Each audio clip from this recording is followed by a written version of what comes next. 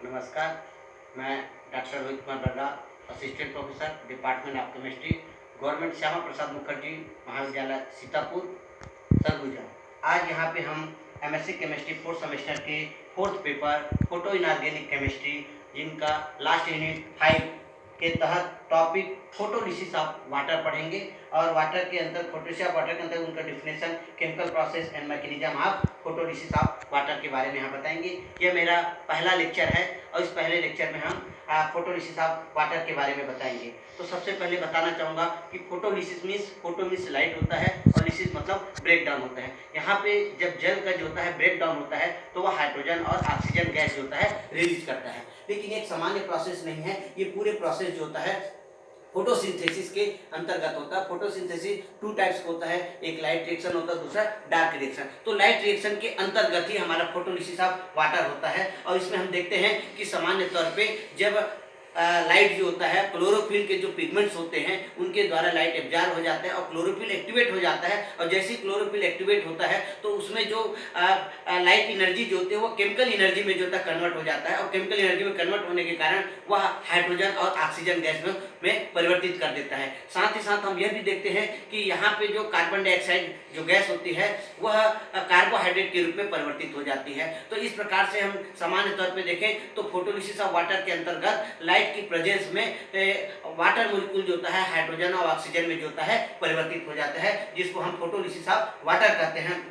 Photolysis of water को हम photo oxidation of water के नाम से भी जानते हैं। और यह पूरा प्रोसेस जो होता है फोटोसिंथेसिस के फोटो सिस्टम 2 के अंतर्गत होती है। और इस फोटोसिंथेसिस प्रोसेस में हम ये भी देख रहे हैं कि किस तरीके से जो होता है केमिकल रिएक्शन यहाँ पे पॉसिबल हो रहा है। जैसे यहाँ पे स्पष्ट लिखा हुआ है कि photolysis is the process by which energy from sunlight split water molecule into hydrogen and oxygen. यहाँ पे हम सीधे से देख रहे हैं कि लाइट एनर्जी जो होता है उस क्लोरोफिल के द्वारा एब्जॉर्ब हो रहा है। जैसे एब्जॉर्ब होता है तो क्लोरोफिल एक्टिवेट हो जाता है और लाइट एनर्जी जो होता है वो केमिकल एनर्जी में कन्वर्ट हो जाता है। इससे पहले हम देख रहे हैं कि एडीपी एडेनोसिन डाइफॉस्फेट जो होता है वो फास्फेट के साथ रिएक्ट करता है और एडेनोसिन ट्राइफॉस्फेट यहाँ पे देता है और एनर्जी मुक्त करता है। साथ ही साथ यहाँ पे जो वाटर मॉलिक्यूल H2O जो होता है केमिकल एनर्जी के द्वारा जो होता है हाइड्रोजन और ऑक्सीजन के द्वारा जो होता है परिवर्तित हो जाता है। तो इस प्रकार से इस डायग्राम के माध्यम से हम फोटोलिसिस ऑफ वाटर को यहाँ पे समझ सकते हैं। लेकिन यह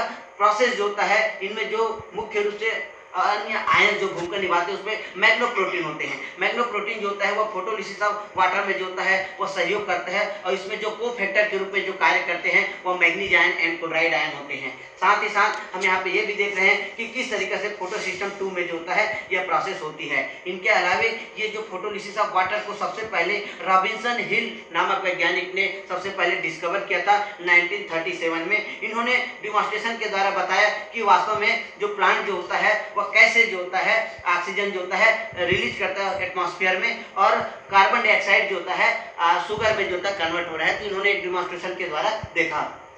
इनके मैकेनिज्म की बात करते हैं तो मैकेनिज्म में हमने तो सामान्य तौर पे बता ही दिया है कि जनरली तौर पे जो होता है फोटो सिस्टम 2 के अंतर्गत जो लाइट जो होती है वो क्लोरोफिल के द्वारा एब्जॉर्ब होकर वो वहाँ पे केमिकल प्रोसेस के द्वारा जो होता है हाइड्रोजन और ऑक्सीजन में जो होता है कन्वर्ट हो जाते हैं। तो ये एक मैकेनिज्म है। इस मैकेनिज्म को हम आगे यहाँ पे इस रिएक्शन के द्वारा भी देखना चाह रहे हैं। फोटोलिसिस ऑफ वाटर में वाटर मॉलिक्यूल जो होता है यहाँ पे एंजाइम में मैग्नीज वगैरह जो होता है वो उनको एसोसिएट करता है, उनको सहयोग करता है और ये 2 हाइड्रोजन आयन और यहाँ पे 2 इलेक्ट्रॉन और हाफ मॉलिक्यूल ऑक्सीजन जो होता है यहाँ पे रिलीज कर देता है, जो कि एक वेस्ट प्रोडक्ट के रूप में निकल जाता है। साथ ही साथ यहाँ पे हम बताना चाहेंगे कि यह जो प्रोसेस या मैकेनिज्म जो होता है यहाँ पे हम देख रहे हैं कि द एबो reaction occur in presence of 4 photon energy in involve 2 step splitting up water molecule into hydroxyl ion and hydrogen ion। Water molecule जो होता है टूट जाता है और टूटने के पश्चात जो होता है हाइड्रोजन आयन और हाइड्रोक्सिल आयन देता है and then splitting of this 4 hydroxyl ion into 2 water molecule oxygen molecule and 4 electron. इनको यहाँ पे हम रिएक्शंस के द्वारा भी समझने का प्रयास कर रहे हैं। यहाँ पे देख सकते हैं कि फोटोलिसिस ऑफ वाटर में देख सकते हैं कि 4 वाटर मॉलिक्यूल यहाँ पे है।